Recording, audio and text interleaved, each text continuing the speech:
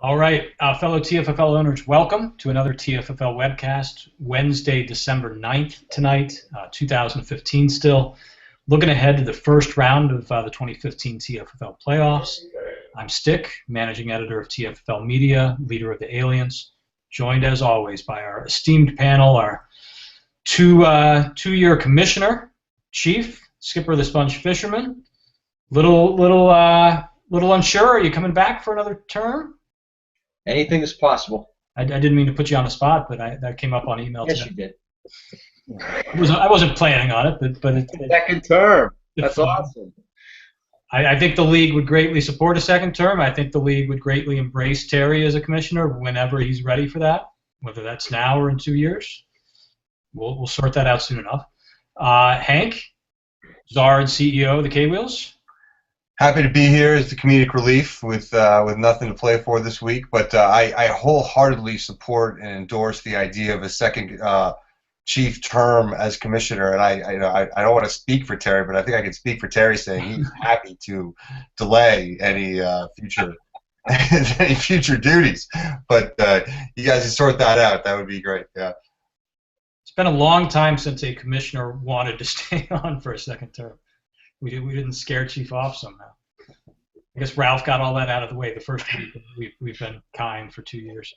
Berto, our two-time defending champs, welcome. Nick, I would also support a second term for Chief. That would be fantastic. And great that, what a coincidence that Terry's the one who floats that, yes. All right, so we may not take very long this week. I may not cover a whole lot of topics. We're going to focus on the two important games, our two first playoff games of the year. But first, we'll get to a TFFL trivia question. So we recently asked which franchise had the longest playoff drought, and the answer was the Mongols. I think it's 7 years. Aliens were the second team on that list with 4 straight years out of the playoffs. No longer for either of them. Kudos to me, kudos to Terry and Badass. So the question is, which team now has the longest playoff drought? And there are 3 of them tied for this distinction. I'll give you a point for each team you can name. Answer coming later in the show. Write down your answers. You can probably get to this a little bit with process of elimination. I'd be surprised if you can't name at least a couple of these teams. Okay, so we talked last week a lot about all the loose ends that we'd be tying up in Week 13, and 'tis the season for ribbons and bows, so let's put a proverbial bow on our 2015 regular season. A few quick notes here. The AMPAC did indeed set the record, worst ever record at 1-12. Thank you, Berto. Ralph added Melvin Gordon this year at number 2 overall. He now gets number 1 overall in 2016. It says here that he's going to end up trading that pick. Ralph being a big trader. I don't think there's a surefire top guy right now, so we'll see what happens with that. But Ralph is our number 1 overall pick and our worst ever single season record holder now at 1-12. The Steel City Mongols ended up taking the SoCo Conference crown, and I think that they sort of snuck into that. I don't mean to suggest they did anything wrong in that regard. But the Senators, we were talking about them all year long. They didn't end up holding on to that. So, wow, congratulations to the Mongols, not only making the playoffs, but $500 first round bye and a conference crown. The Senators didn't even win their division. The Hormel Hams won that division, wrapped up that division in Week 13. And it wasn't that long ago. We had Michael on the webcast, and my recollection was he was essentially conceding the 2015 season when he talked to us. I don't have it all in front. Did they go on a 5-game winning streak, 6-game winning streak? 5 games. To end the season? Nice job, Michael. Yeah. I get to face him in the first round. I'm not sure I'm liking that. And so yeah. So the final note. Selfishly, I get to point out, Aliens grabbed the final wild card spot. with it, and so all 6 of our playoff teams ended up having winning records. Congratulations, aliens. Well earned. Yes, congrats. I don't think it was quite the difference, but we talked about Carson Palmer, Ben Roethlisberger on the webcast last week. I switched to Ben. Certainly made a big difference in the game, but I don't think it was the margin of victory. And that's still going to be a decision going forward, but I think Ben is the quarterback right now. So let's talk Aliens Hams. Let's jump into that game. We'll come back to Senators and Lizards. Hams get a 3-point home field advantage to start off. It's a little weird logging into the score and seeing 3-0 already and feeling like you're behind. Have you guys taken a look at this game? There's a couple interesting things. A lot of Pittsburgh-Cincinnati action. I think 4 guys on the Hams, plus Ben Roethlisberger on the Aliens are playing in that game. And this one will be over on Sunday night. LeGarrette Blount playing against DeAndre Hopkins on Sunday night, New England versus Houston, and that'll be it. Yeah, I think one of the big things is the quarterback. You touched on it, Stick. You have to make a decision quickly, obviously, if you're going to get Palmer in there tomorrow. So that's something that you have to react to pretty quickly. And then the other thing with on the Ham side, Matt Ryan Matt Ryan not playing that great, going up against a tough Carolina defense. That's certainly a huge. I think you have the advantage at the quarterback position either way. So that's good news for the Aliens. But yeah, I was just going to say too that I looked at this as well, and I think Michael's going to need to get Calvin Johnson and Antonio Brown to be the difference makers that they can be, because I think Stick's going to put up some points. And if Roethlisberger has another 30-point outing, I mean that's big. I think Michael's got some tough matchups, and Tyler Eifert hasn't played in the last 2 weeks, has he? And I guess he's going to play, but tough game with Pittsburgh. So yeah, you just got to hope the Big Ben points don't go to Antonio Brown. That would be an absolute killer if he had the same type of game that he had last week. Obviously, you were thrilled in Week 13 to see that, but in Week 14, that would be crushing. Yeah, I don't really know how to feel about this game. It could come down to that 3-point home field advantage, to be honest with you. And I would look for the unexpected. Someone might get a 6-point game out of the defense, or one of those games where a kicker has 15 or 16 points, or one of those kind of things you don't expect. Or a guy like Frank Gore might come out of nowhere to get 100 yards and a touchdown. So I don't know. I think on the surface, you have to like the Aliens at quarterback, and I think the rest is just about even. But we'll see. I think the fact that Antonio Brown stands to neutralize a lot of Roethlisberger's points might be the kicker in this one. Yeah, the other big thing too. I mean, the Hams have just been getting better and better, right? And one of the reasons is David Johnson last week. So he's gotten points out of him. Frank Gore had a decent Week 13, and then we know about the receivers. He's got a couple of the best receivers in the game, if not 3 of the best. And he's moved Eifert to running back to get those 3 wide receivers in. So it's an uphill battle, but I think the big thing is the quarterback slot. I mean, that really hurts him. Ryan against Carolina is a big thing. So Stick, keeps Big Ben in there, and they don't go to Antonio Brown. Big advantage for Stick. But there's got to be a little piece of you, Stick, and I'm curious as to where your head's at. Are you 50-50 between Big Ben and Palmer, or are you where are you at? I'm 98-2. 98-2. Okay. It's not much of a debate. There's a little bit of me that says it'd be nice not to have to worry about Antonio Brown offsetting him. I think that is the key here. But I'm hoping that a Pittsburgh-Cincinnati game, those are 2 good teams that'll presumably score some points. I know Cincy has a good defense. Thursday night games scare me a little bit, as we talked about earlier in the season on the webcast. Ben just scored 35 points, and there's not a ton of reasons for me to be plugging Carson Palmer in right now. Right. And the Vikings are going to shut them down. The Vikings are going to crush Arizona.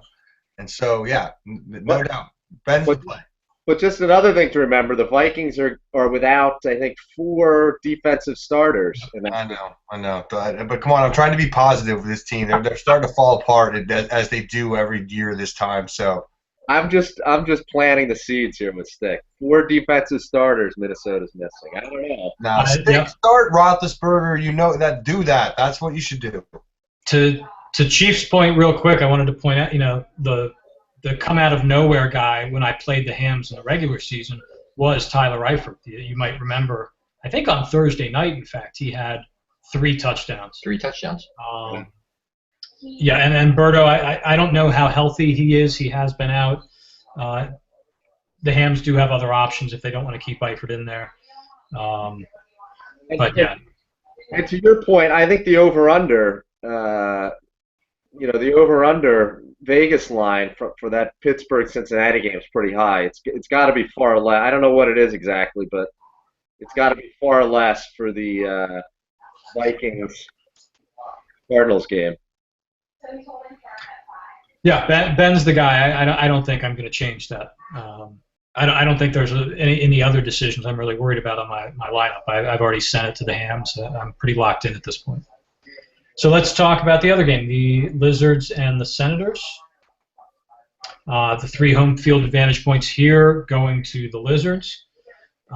And these guys have 1 player each on Monday night. So this will be the game that goes down to the wire, the last seconds perhaps of Week 14. Who are we talking about on Monday night? It's Odell Beckham and Jarvis Landry. So that could be a very good matchup wrapping this game up.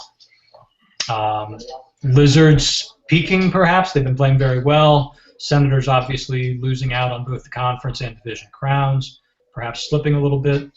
Your guys' take on this game? I think the Senators are the anti-Hams right now. They've lost 3 of 4, if I'm not mistaken, to kind of choke away not only the conference but the division also. Looking at the last matchup, I thought it was fairly even. This one, it looks pretty. I feel pretty strong about the Lizards, unless Adrian Peterson gets another 8 carries for 0 yards, or whatever it was last week. I think the Lizards should feel pretty good about themselves here. Yeah, I like the Lizards too. You just look at a couple of the, Mike Evans going against New Orleans. You have, even things like the Seattle D and the Seattle kicker going against Baltimore. That could be, you could see. I could easily see the Seahawks getting a defensive touchdown in that game against Baltimore. So, to Chief's point earlier about where do some of those other points come from, I could see some scoring there. Odell Beckham going against Miami secondary. It seems like everything's lining up, for the Lizards. And Gronkowski's still out for Brady. That's another big one.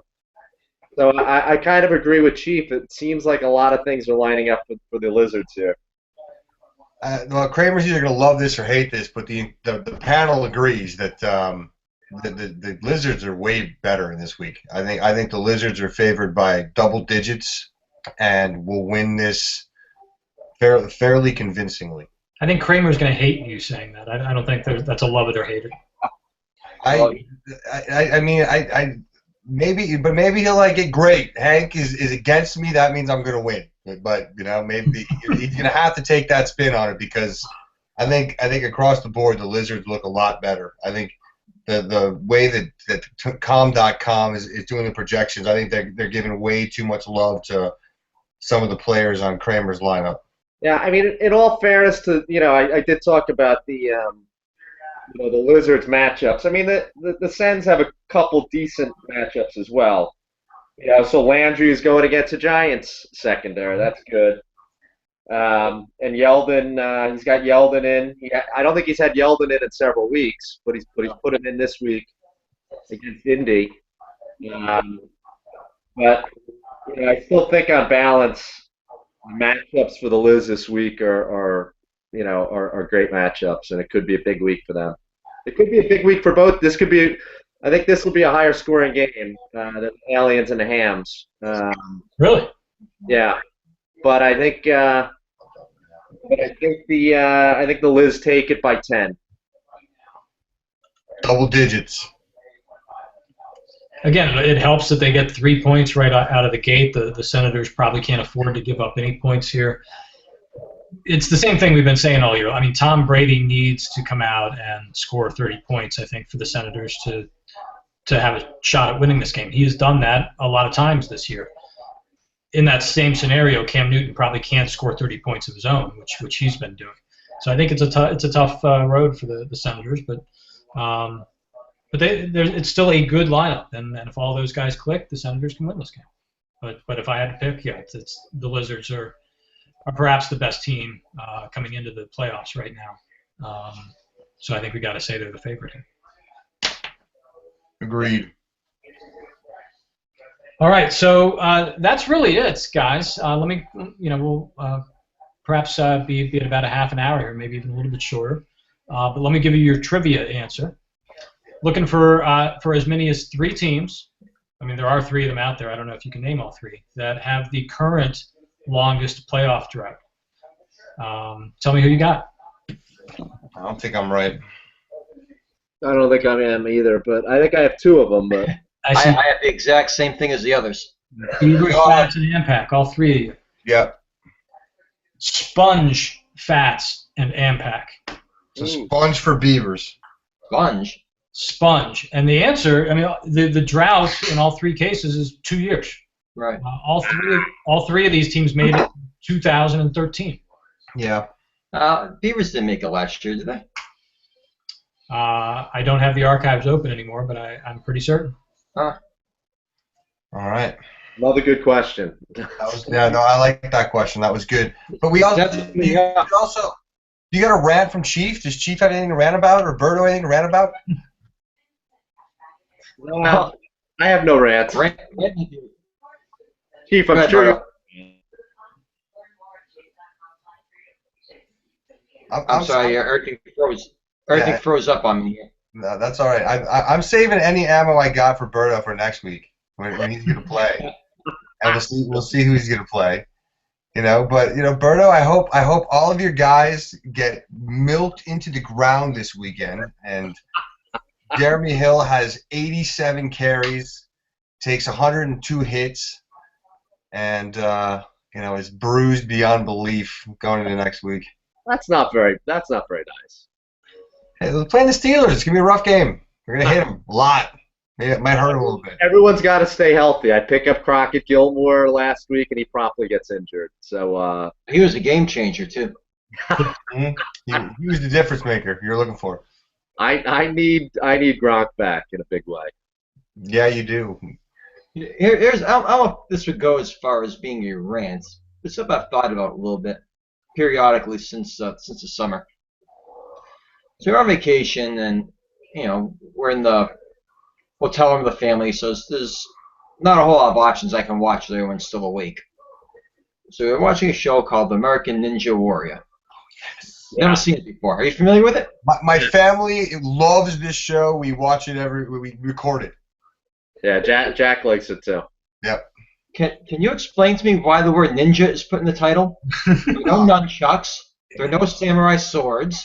They don't wear all black and hide in shadows.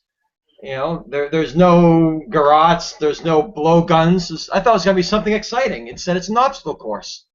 It's the same reason all prescription drugs have an X, a Y, or a Z in them. It just sells better. Yep. Who doesn't like ninja? Sounds cool. Yeah. I was waiting for a sword fight. Yeah. Now that they do that very well. It's a fun show, and it's a cool course, and yeah, it's good. But Chief, I think you're onto something. A show that was actually ninjas fighting, amateur ninjas fighting. I mean the ninjas, or whatever they call them, the modern day ninjas in Japan must look and laugh. I hope they're not watching that show. Yeah. How we have a soft reputation overseas? That's it. Some 140-pound girl with freaky gymnast strength, is a ninja warrior now. Yep. So let me ask you about Ninja Warriors. All right. Is this like black belt? Is this something somebody bestows that honor on you after you achieve? Is it like a Eagle Scout, Hank? Well, no, I mean they're basically call themselves a Ninja Warrior, or is it? Yeah, I mean they're all running an obstacle course, and at the end of the year there's a winner. I'm talking about real ninjas. No, they're not real ninjas. These are people, and that's what makes them compelling. Is anybody can try out for this show. There aren't real ninjas? No real ninjas. It's not even as good as American Gladiator. At least in American Gladiators, you're fighting. There is no fighting. Sticks, and you had the cannon and stuff like that. This isn't even combat. This is an obstacle course. They might as well call it Ultimate Obstacle Course. In real life, there are ninjas, right? These aren't like ghosts. No, there are people, I guess, who train as ninjas in Japan. I think there's a school of people who do this. That's what I'm asking, and they don't just call themselves ninjas. Somebody says you have earned the right to be a ninja. It's like being in I know, there are martial arts studios that bestow these titles to people, and yes, I think so. How many people in the world do you think are ninjas? I have no idea. I would guess maybe it's I don't know, 10,000, 5,000. Putting on my Donald Trump hat, could we send the ninjas after ISIS? You know what? ISIS may have a bunch of guys who think they're ninjas, or have trained to be ninjas. But let me tell you something. Getting back to the show, you brought the point that it's in the marketing, like the prescription drugs or X, Y, and Z. Well, that's a big fuck up then, because the show should have been called American Jedi Warrior. It could have gotten twice the ratings and a bunch of new marketing tie-ins. Yeah, but Disney would have sued them to death and taken a piece of the show. Is it on ABC? Yeah, I mean, Jedi is a trademark, I think. Is it on ABC? It is. Now it's on NBC. NBC. Yeah. That's another show, American Jedi Warrior. We're building the franchise. Doesn't Disney still own ABC? Disney does own ABC, as far as I know. Who's excited about the Star Wars movie? We have tickets opening day, 4 p.m. We have tickets on Christmas. 10 days away. Yep. We're a week from Friday. Oh, Friday. Nice. I'm excited, but I'll wait a couple weeks. I might wait till January. Yeah, I'm looking forward to it. My son is excited. What else, Dick? What other random topics can we talk about for 20 minutes to get to an hour? You want a random topic? I was a little scrambled today. We have had some kind of water main break somewhere, so we've got dirty water coming through our pipes all day long today. So I'm drinking water right now because I've been drinking beer all goddamn day because I couldn't drink water. So I'm trying to rehydrate right now. But let me tell you where this affects me. My normal wake-up time is 4:10 a.m. I'm going to have to wake up like 40 minutes earlier so I get to the office and take a shower before work. That sucks. I'm not going to have it fixed for tomorrow morning. I didn't work today, so I didn't shower today. So it's if we keep this a half hour, 40 minutes, I'm okay with it. Chief, you should just go to work now.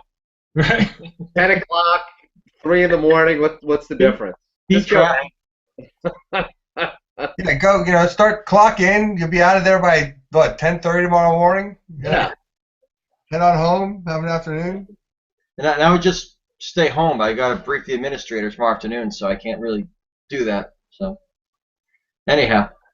Anyway, I'm on Wikipedia here looking up ninjas and see how many there really are. I'm having trouble getting the whole thing here. I'm gonna say less than 1,000. Really? That's a great question. The internet will surely tell us. I think it's here, and I got to look. And it says they're becoming scarce. Is the thing, and so I'm even wondering if there is even 1,000. No, a couple hundred. I think they're kind of like today's Navy SEALs. How many Navy SEALs are there up there? Yeah, but I don't think they're recruiting new classes necessarily.